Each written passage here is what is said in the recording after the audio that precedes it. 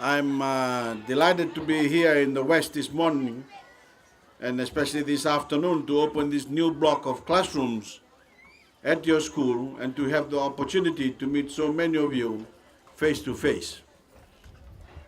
I'd like to start by paying tribute to the Sri Sanatam Dharam Ramayan Mandli and the school management for coming up with $130,000 needed to complete this project.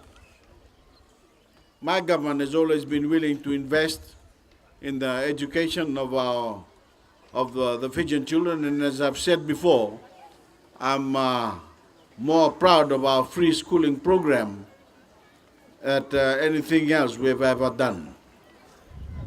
But it's also important for the community to play its part wherever it can, and the fact that you have done so here has set a wonderful example to the rest of the country. This is not an occasion for party politics, but I do want to say something about the need for national unity, especially in the lead up to the general election on 17 September. There are certain politicians trying to stir up division in the country for their own political purposes. But I urge ordinary Fijians to reject that division and do whatever they can to keep our country unified and stable. I urge them to look to the future and not to the past and decide for themselves what is best for them and their families. Because what's important above all else is that this election lays the foundation for a better Fiji for our young people. And that we embrace the politics of hope that the future offers and not the politics of fear and division that has held our nation back. And as I look around here today, I'm especially proud to see the bright young faces of children from all sorts of backgrounds who make up your school community of 570 pupils. These children are not bound by the past or the old ways of thinking.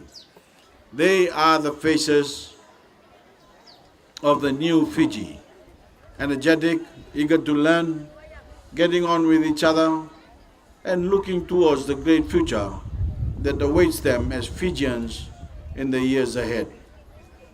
I keep saying that there's never been a better time to be a Fijian child.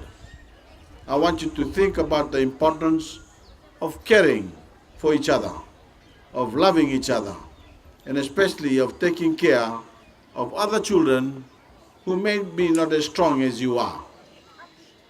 One of the most important things I keep saying is that in the new Fiji, we must make sure that no one is left behind.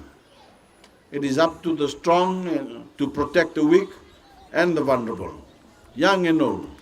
And that's what I'd like you to do. I also want to say that in the new Fiji, no one is better than anyone else. It doesn't matter who you are, what family you come from, whatever you have more money or things than someone else.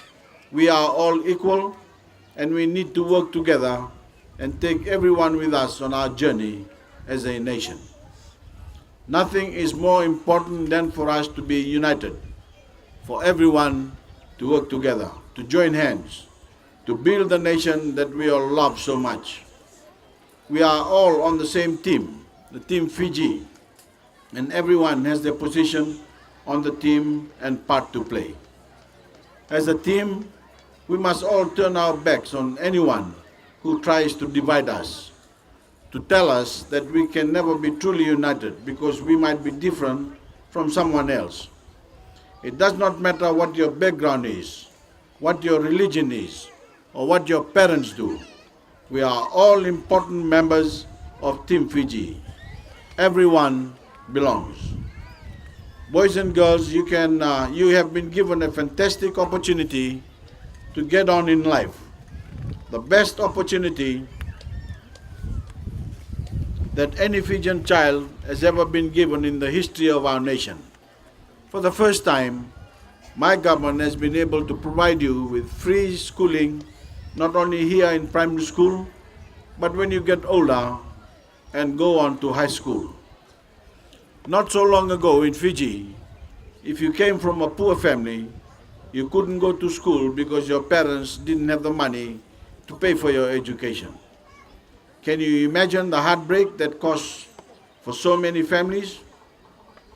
That their dreams for their children could not be achieved?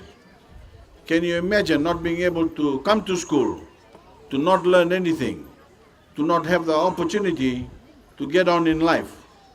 It was terribly sad. And when I became Prime Minister, I was determined to do something about it, to make sure that every child in Fiji finally got a level playing field and the chance to do their best. My government now pays for your schooling. And if you want to go on to high school, which I want you all to do, or on to university or technical college, we are also giving you the chance to do that. If you happen to be in the top 600 students at the end of high school, we will give you a scholarship in chosen areas of study at tertiary level. But if you are not in the top 600, we still pay for your tertiary student fees, which you pay back gradually when you get a job. The lesson from all of this is that you need to work as hard as you can on your studies here. Work as hard as you can when you get to high school and take advantage of the chance we are giving you to go further, to become a doctor or a nurse, a farmer or a carpenter, a plumber, an electrician or engineer, or any number of other jobs that the country needs and that can provide a better living for you and your family. So work hard at your studies and play hard on the sports field or your other activities. And above all, learn to enjoy learning new things and gaining extra knowledge. That's the way for you to become smarter and the way for our country to become smarter.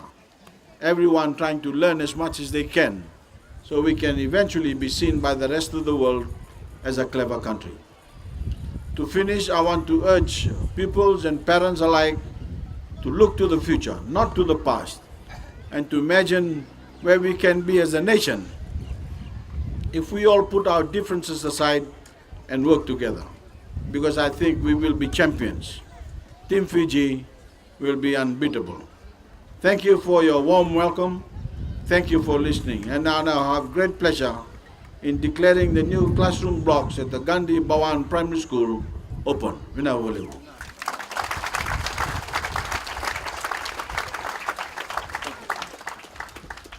Thank you very much, sir, for those enlightening words.